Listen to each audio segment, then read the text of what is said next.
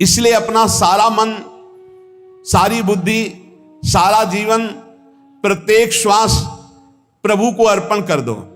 फिर देखो तुम निहाल हो जाओगे। दुख, शोक, विषाद, क्लेश, कष्ट, संताप, भय, उद्वेग, ये उसी को व्यापते हैं जिसने अपने जीवन को प्रभु के चरणों में अर्पित नहीं किया। इसलिए तुम अपना सारा मन, सारी बुद्धि, सारा जीवन, प्रत्येक श्वास केवल प्रभु को अर्पित कर दो। फिर देख लेना श्वास कैसे अर्पित की जाती, राधा राधा राधा। बुद्धि कैसे अर्पित की जाती, एकमात्र निश्चय कि भगवत सुख ही सुख है। ये जागतिक सुख सुख नहीं, ये दुख है, ये ऐसा दलदल है जिससे आज तक कोई नहीं निकल पाया। सारा मन, हम मन से केवल प्रभु का मनन करें। बार बार मन को संसार से हटा के नाम में, रूप में, लीला में, धाम में लगाएं। बहुत प्रसन्नता हो जाती है उस उपासक के हृदय में जो अपना मन बुद्धि प्रभु के चरणों में अर्पित कर देता है। भगवान ने तो इसको बहुत उत्तम स्थिति बताया है कि मेरे से कभी वो अलग हो ही नहीं सकता यदि मन बुद्धि अर्पित कर दिया। मय्येव मन आधत्स्व मयि बुद्धिम निवेशय, तो निवश्य मयि एव अत ऊर्ध्वं न संशया। बिल्कुल संशय नहीं, वो मेरे में ही निवास करेगा जिसने मन और बुद्धि अपनी मेरे में अर्पित कर दी। बहुत प्रसन्नता रहेगी उस उपासक के जीवन में जो अपने आप को मन बुद्धि सहित प्रभु के चरणों में समर्पित कर दिया है। भगवान का आश्रय लेने वाले की पहचान है हर परिस्थिति में प्रसन्न रहना। देखो आप भगवद आश्रित हो कि नहीं, देखो अनुकूल परिस्थिति में तो सब प्रसन्न रहना, लेकिन प्रतिकूल परिस्थिति में प्रसन्न रहना यह भगवान के भक्तों का लक्षण है। हर परिस्थिति में प्रसन्न रहना यह भगवान के भक्तों का लक्षण है। आनंदगन भगवान का आश्रय मिलते ही आनंद छा जाता है हृदय में। उनके पास आनंद का अभाव होता ही नहीं है। जैसे सूर्य का प्रकाश उदय होते ही सूर्य का प्रकाश संपूर्ण अंधकार को नष्ट कर देता है, ऐसे ही भगवान का संपूर्ण आश्रय लेते ही सब दुख चिंता शोक नष्ट हो जाते, आनंद ही आनंद। तुम भगवान के मंगलमय रूप को नहीं जानते हो, पर उनके मंगलमय भाव को, विधान को मानना शुरू कर दो। जो भी होता है मंगलमय होता है। हमने जीवन में देखा है, अगर इधर कोई बहुत बड़ा सुख दिया तो देर नहीं लगेगी, 24 घंटे नहीं व्यतीत होंगे और ऐसे दुख दे देंगे, जिससे दोनों का समान भाव रख करके ना दुख में तुम भूलो प्रभु को, ना सुख में फूलो, सीधे भगवत मार्ग में चल। पूरे जीवन की बात देखा है। भगवान के मंगल विधान में सदा सर्वदा सुख ही सुख है, इस बात को मान के प्रसन्न हो जाओ। जब भगवान का भजन करने वाले की तन्मयता बढ़ती है भजन में, तो द्वेषी जन अपने आप तैयार हो जाते हैं। भक्त कभी किसी से द्वेष नहीं करता, अपने आप वो द्रोह करने लगते। तो नरसिंह मेहता जी से बहुत गांव के कई लोग थे जो जलते थे, ऐसे जलते थे कि अब क्या करें, कैसे मिटा दे नरसिंह मेहता जी को। और उपाय तो मिल नहीं रहा था। तो एक दिन संतों की मंडली आई और उन्होंने कहा कि हम रास्ते में कोई चोर आदि धन ना ले ले, इसलिए यहां से किसी की हुंडी चलती है क्या द्वारिका में? पहले ऐसा था। बोले हाँ, हमारे यहां बहुत बड़े सेठ हैं नरसिंह मेहता जी, पर आप कहोगे वो मना कर देंगे। कई बार कहोगे, अगर वो स्वीकार कर ले तो वहां। और उनका लक्ष्य था कि नरसिंह मेहता जी की तो खाने की भी सुविधा नहीं थी, हुंडी कहाँ की बात आई।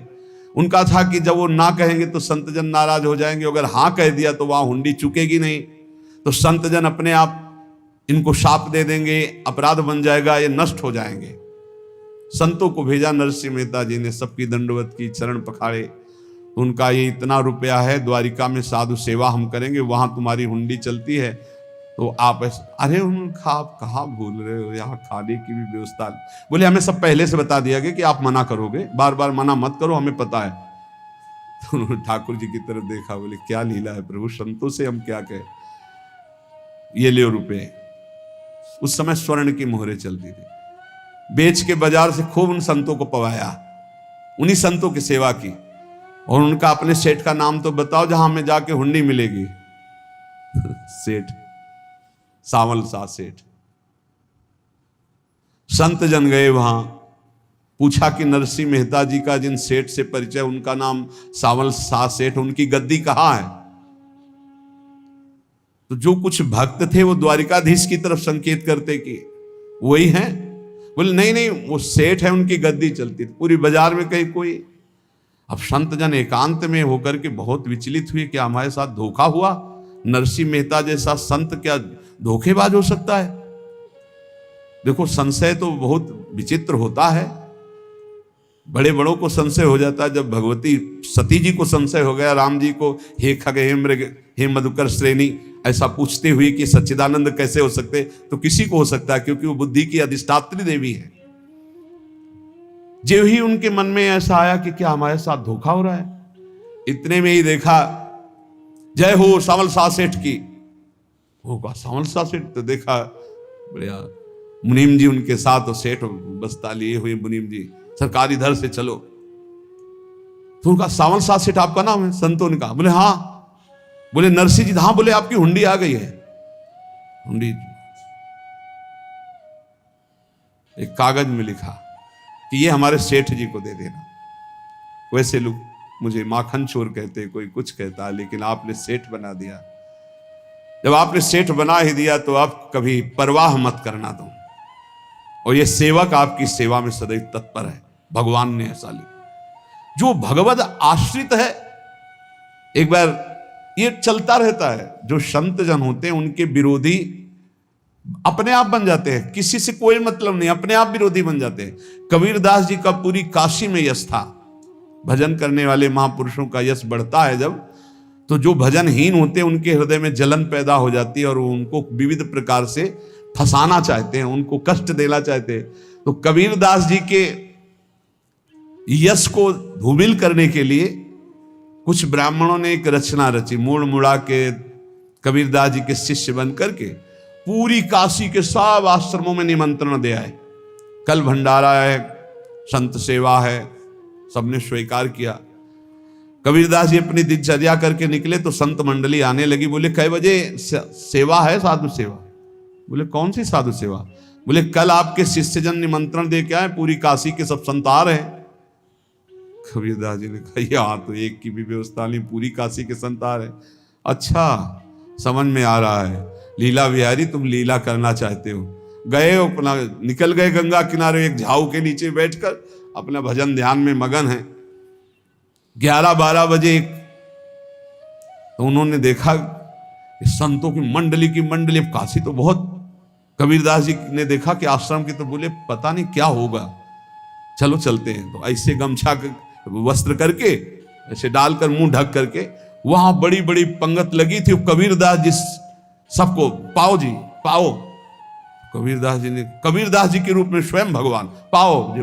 कबीरदास जी ने कहा अच्छा, जब स्वामी परस रहे तो हम भी बैठ के पा ले। तो जब उसी पंगत में बैठ गए अपना कपड़ा ढक करके, और जब मोहरे की दक्षिणा दे रहे थे सब लोग कि वाह कबीरदास जी ने आज तो साधु से। सबको जब कबीरदास जी के सामने आए तो ऐसे मुंह ढके, बोले देखो जो मेरा होता है उसे मुंह छुपाना नहीं पड़ता, मुंह ढकना नहीं पड़ता।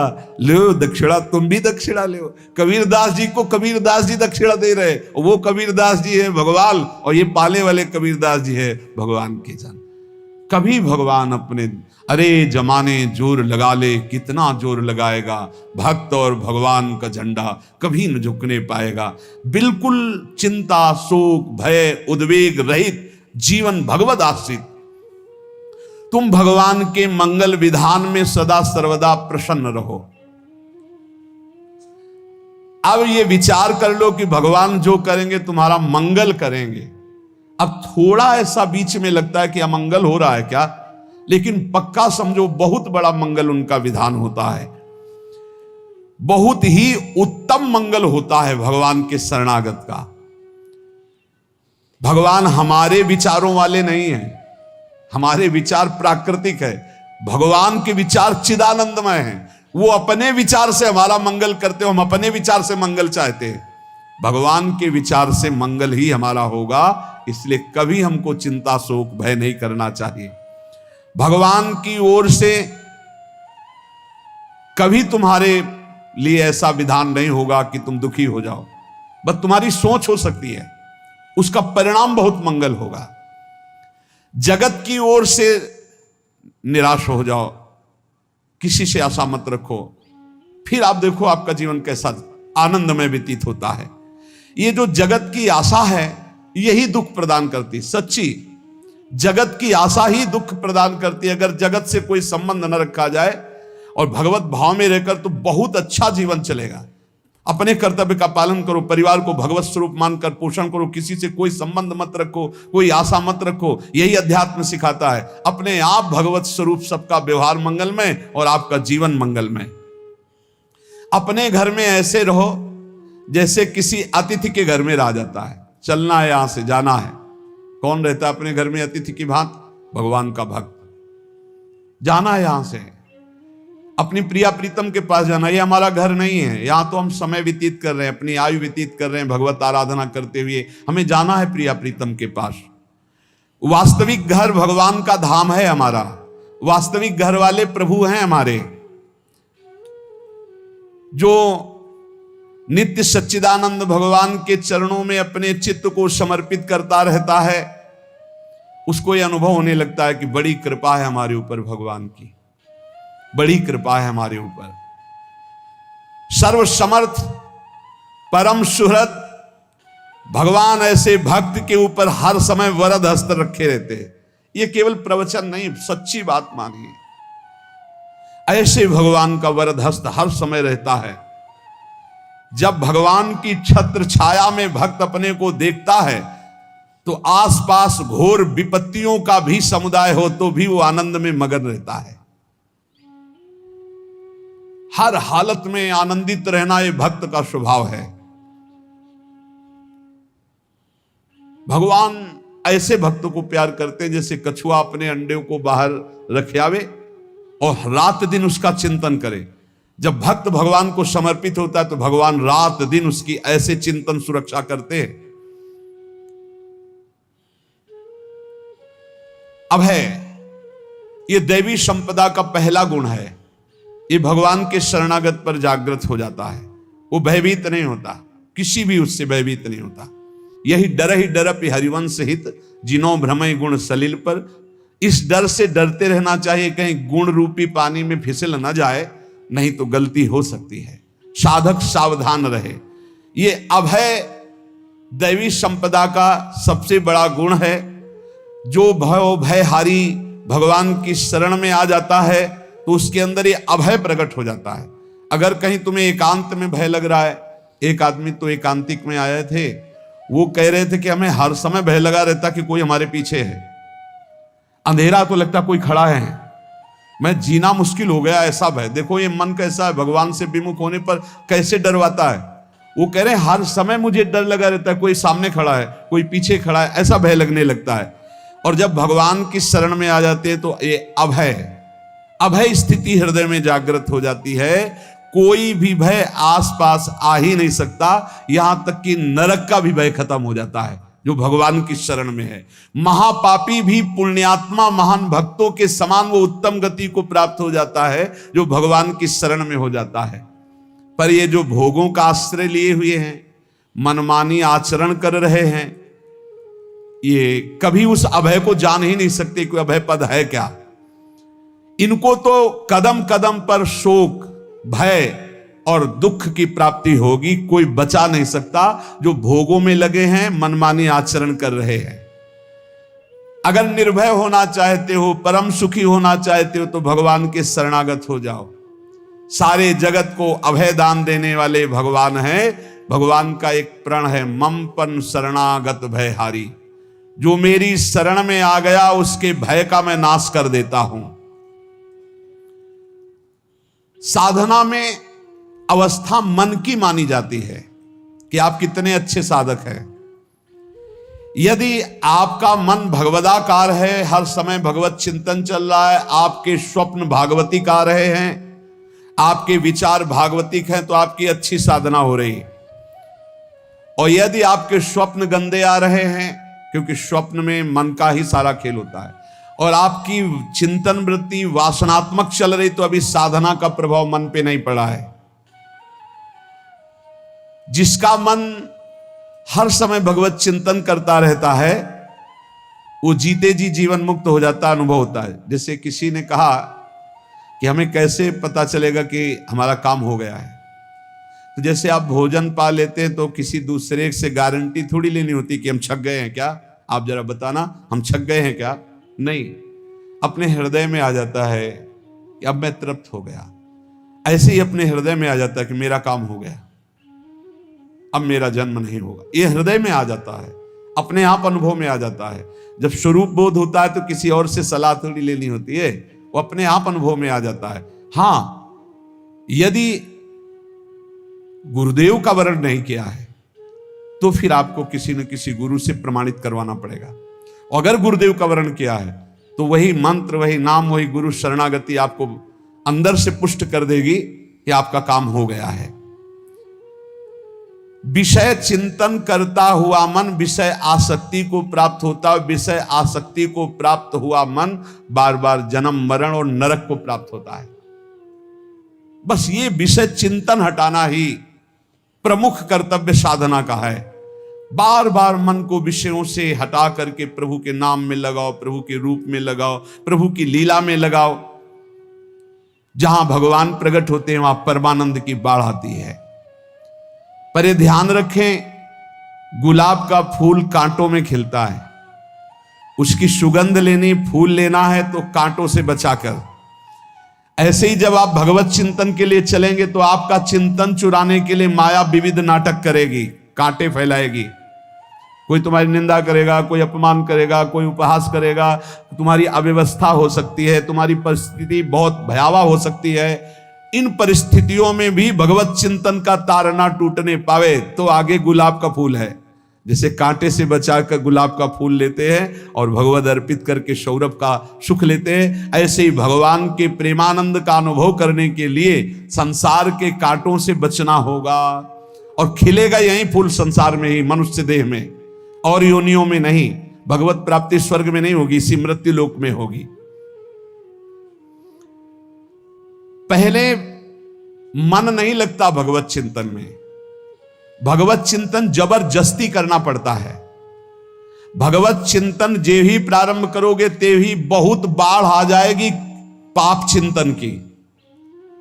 ध्यान दीजिए, बहुत लोग प्रश्न करते रहते हैं कि हम जब भजन में बैठते हैं तो बहुत गंदी बातें आती, मन बड़ा चंचल होता है, भाग जाता है। ऐसा प्रारंभ में जब कोई भगवत चिंतन प्रारंभ करता है तो उसका मन विषयों में भागता है, गंदी बातों में भागता है। अब लोग कहते पहले तो हमारा चिंतन बढ़िया होता था, अब चिंतन नहीं होता। तो कोई सिद्ध पुरुष थोड़ी हो गए, तुम्हें जबरदस्ती चिंतन करना होगा। जगत के प्राणी में जहां मन जाए तो इसमें भी भगवान, पदार्थ में मन जाए तो उसमें भी भगवान, जहां जहां मन जाए वहां वहां भगवान देखो, या मन को हटाकर नाम मंत्र में लगाओ। ऐसे भगवत स्मृति जागृत की जाती, बार बार प्रयास करना होता है। कई लोग ये प्रश्न करते हैं कि हमसे बड़े पाप हो गए तो क्या हमें भगवान की प्राप्ति हो जाएगी? तो यहां कह रहे हैं भगवान किसी के पूर्व जीवन को नहीं देखते हैं, वर्तमान के भजन को देखते हैं। पकड़ो इस बात को। अगर वर्तमान में आज आप सुधर गए हो, नाम जप कर रहे हो, तो आप भक्त हो। ये गीता जी में भगवान ने कहा, अपिचेत सुदुराचारो भजते माम अनन्य भाग साधुरेव समन्तव्या सम्यक व्यवसिता। ऐसा बहुत दुराचारी पहले रहा है, बाद में उसके मन में आ गया कि भगवान के सिवा हमारा कोई कल्याण करने वाला नहीं, हमारा कोई नहीं। तो भगवान कहते हैं मैं उसे साधु ही मानता हूं, उसे साधु बना देता हूं। भगवान किसी के पूर्व जीवन को नहीं देखते। बहुत बढ़िया बात है। कल तक हम क्या करते रहे भगवान नहीं देखते, आज क्या कर रहे हो ये देखते हैं। यदि आज आप भजन में लग गए हो, अच्छे आचरण कर रहे हो, तो आपको भगवत प्राप्ति हो जाएगी। भगवान ये नहीं देखते कि पूर्व में पुण्यात्मा रहा है कि पापात्मा रहा है। भगवान वर्तमान में देखते कि मेरा भजन कर रहा है, बस इसी से कल्याण कर देते हैं। पकड़ो इस बात को, तो कभी प्रश्न नहीं उठेगा कि क्या हमको भी भगवत प्राप्ति हो सकती है क्या। हमारा मन यदि श्री भगवान को चाहने लगे तो श्री भगवान हमारे मन में ही आकर बस जाएंगे। भगवान की रूप माधुरी में मन डूबने लगेगा। यथार्थ सत्य, जो भगवान से थोड़ा भी प्यार करने लगे हैं उनके हृदय में भगवान की उनकी भावना के अनुसार झलक आने लगी है। हृदय में प्रभु के आते ही अनंत जन्मों के संस्कारों का नाश हो जाता है। इसलिए तुम अपने पहले वाले घृणित जीवन को याद भी मत करो और उसको सोचकर जरा निराश भी मत हो। अमावस्या में घोर अंधकार रहता है, पर प्रातः काल में अंधकार नष्ट हो जाता है। ऐसे ही नाम का उच्चारण करते ही तुम्हारे जितने पाप अंधकार हो सब नष्ट हो जाएंगे। तुम चाहो कि एक क्षण भी प्रभु को ना भूलो। अब वर्तमान में ऐसी स्थिति बनाओ। जो प्रभु को नहीं भूलने की चाह करता है कि मुझे ऐसी स्थिति प्राप्त हो कि मैं कभी प्रभु को ना भूलूं, तो सच्ची मानो और कोई बात भगवान सुने ना सुने, ये बात जल्दी सुन लेते हैं। भजन की मांग करो तो बहुत जल्दी भगवान पूर्ण करते हो। भजन जिसका चलने लगा तो फिर लोक लोकांतर के सारी रिद्धियां सिद्धियां सुख वैभव तो उसके चरणों में लौटते हैं। जब हम प्रभु से प्रभु का स्मरण न मांगकर भोग मांगते हैं तभी हमारा भजन रुक जाता है, भजन नहीं चल पाता। यदि हम प्रभु से केवल भजन मांगे तो विश्वास करो ब्याज में सब हो जाएगा। मूल भजन तो आपका बचेगा ही, ब्याज में लोक लोकांतर के भोग आपके चरणों में लुटते घूमेंगे। आप भजन करके तो देखो। अरे घिघियाने की जरूरत नहीं, किसी से मांगने की जरूरत नहीं, भजन करके देखो सब ठीक हो जाएगा, सब अपने आप बन जाएगा। हम बहुत बड़ी भूल कर देते हैं कि थोड़ा भजन करके प्रभु से कुछ सांसारिक वस्तुएं, स्थितियां, परिस्थितियां बदलने की मांग कर लेते हैं, जिससे भजन छूट जाता है। प्रभु की स्मृति इतनी महान है कि जिन्होंने बैर भाव से प्रभु का स्मरण किया उनको भगवान की प्राप्ति हो गई। जैसे कंस आदि भगवान से बैर ही तो रखते थे, लेकिन भगवान की स्मृति रहती थी। स्मृति ने उनको भगवत प्राप्ति करा दी। स्मृति में महान सुख है, पर वो जब भक्ति रस से युक्त स्मृति होती तब माधुर्य रस, प्रेम रस का अनुभव होता है। कल्याण तो वैर भाव से स्मरण करने वालों को भी प्राप्त हो गया। यदि आप भक्त हो और ये चाहते हो कि आपकी भागवती की स्थिति बहुत जोर की हो, तो हम आपसे प्रार्थना करते हैं कि रोज प्रभु से एक ही बात मांगिए, मुझे अखंड स्मृति दीजिए। अर्जुन जी को पूरी गीता जी सुनने के बाद यही मिला, नष्टो मोहा स्मृति लब्ध्वा। स्मृति, प्रभु आप हम पे ऐसी कृपा कर दो कि हमारे हृदय में किसी और व्यक्ति, वस्तु, स्थान की स्मृति न रह जाए, केवल आपकी स्मृति रह जाए। ये चाह भगवान बहुत जल्दी पूर्ण कर देते हैं यदि उपासक हृदय से ये बात मांगे। भगवान की कृपा से ही ऐसा हो सकता है कि अखंड स्मृति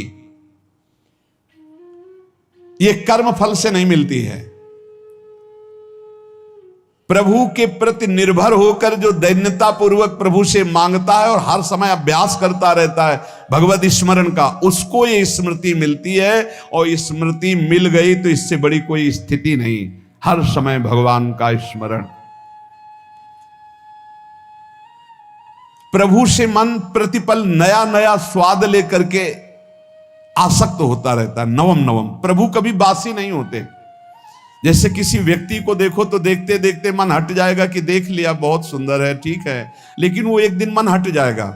और प्रभु की सुंदरता नवम नवम है, प्रभु के नाम का स्वाद नवम नवम है, प्रभु की लीला का स्वाद नवम नवम है, प्रभु के धाम की शोभा नवम नवम है। जैसे आचार्य महाप्रभु हरिवंश चंद्र जी कहते हैं, नयो नेह नवरंग नयो रस नवल श्याम वृषभानु किशोरी, नव पीतांबर नवल चूनरी, नई नई बूंदन भींजत गोरी, नव वृंदावन हरित मनोहर, नव चातक बोलत मोर मोरी, नव मुरली जो मल्हार नई गति, सब कुछ नया। तो नवम नवम प्रभु प्रतिपल नवम नवम प्रभु का रूप, प्रियाजू का नवम नवम, अबहीं और अबहीं और अबहीं और है। तो कहते हैं जब मन निरंतर स्मृति में डूबता है तो जब प्रभु की रूप माधुरी प्रकाशित होती तो ऐसी नवम नवम कि कभी ये नहीं होता कि रूप बासी हो गया। ये वही रूप है जो हमने अभी देखा था, नवम नवम। इसलिए आनंद की उफान आती रहती है उपासक के हृदय में। ऐसी प्रियता, ऐसा आनंद बिना भजन के नहीं अनुभव में आएगा। इसलिए तुम विश्वास करो, तुम्हें बहुत सुंदर सुख मिलने वाला है, आगे अपार सुख मिलने वाला है। ये थोड़ा दुख का समय काट लो, जब तक जीवन है ये दुख सुख की लहर आती रहेगी, आप इसको सह जाओ, आगे बहुत आनंद है। विश्वास मान लीजिए, बहुत आनंद है। जो ये विश्वास कर लेता है वो प्रभु के मार्ग में चलकर प्रभु को प्राप्त कर लेता है। नहीं तो इतने रोड़े हैं कि आप ऊब जाओगे, बहुत रोड़े हैं। जो प्रभु के मार्ग में चलता है तो माया के बहुत से पार्षद अपना प्रभुत्व दिखाने उनके पास आते हैं, महिमा अपनी दिखाने, पर वो किसी वस्तु, स्थिति, अवस्था, प्राणी, पदार्थ का प्रभाव स्वीकार ही नहीं करता, क्योंकि भगवत स्मृति परायण है, भगवान की कृपा पर विश्वास है, इसलिए उसको कोई फंसा नहीं पाता। वो नित्य निरंतर प्रभु से घुला मिला रहने के कारण उसकी मस्ती में कोई फर्क नहीं पड़ता। माया का प्रभुत्व रखने वाले उसे फंसाने की चेष्टा करते हैं, पर उस पर किसी का असर नहीं होता।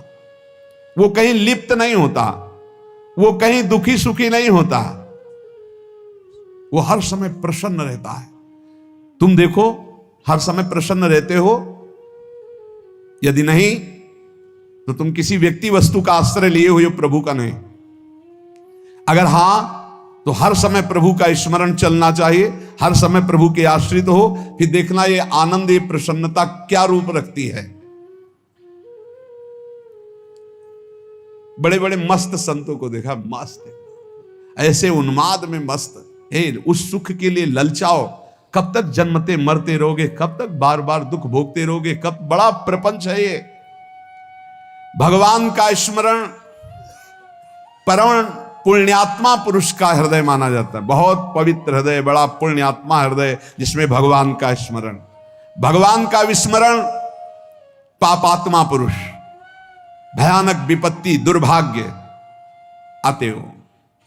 सुदृढ़ निश्चय करो, अब हम भगवान के स्मरण में अपना समय व्यतीत करेंगे। मेहनत करो, कार्य करने के लिए कोई मना नहीं, आप नौकरी करो, किसानी करो, व्यापार करो, पर अंदर अंदर भगवत स्मृति, भगवत स्मृति ही सबसे बड़ी स्थिति है। अब चाहे हम जीवित रहें, चाहे हमारे मरण जैसी विपत्ति आ जाए, चाहे सब हमसे हट जाए, चाहे सब हमको नमन करें, अब हम दृढ़ निश्चय करके केवल भगवान के स्मरण करते हुए इस संसार के बीच समय व्यतीत करेंगे। अब हम चूकने वाले नहीं, ये नियम लीजिए।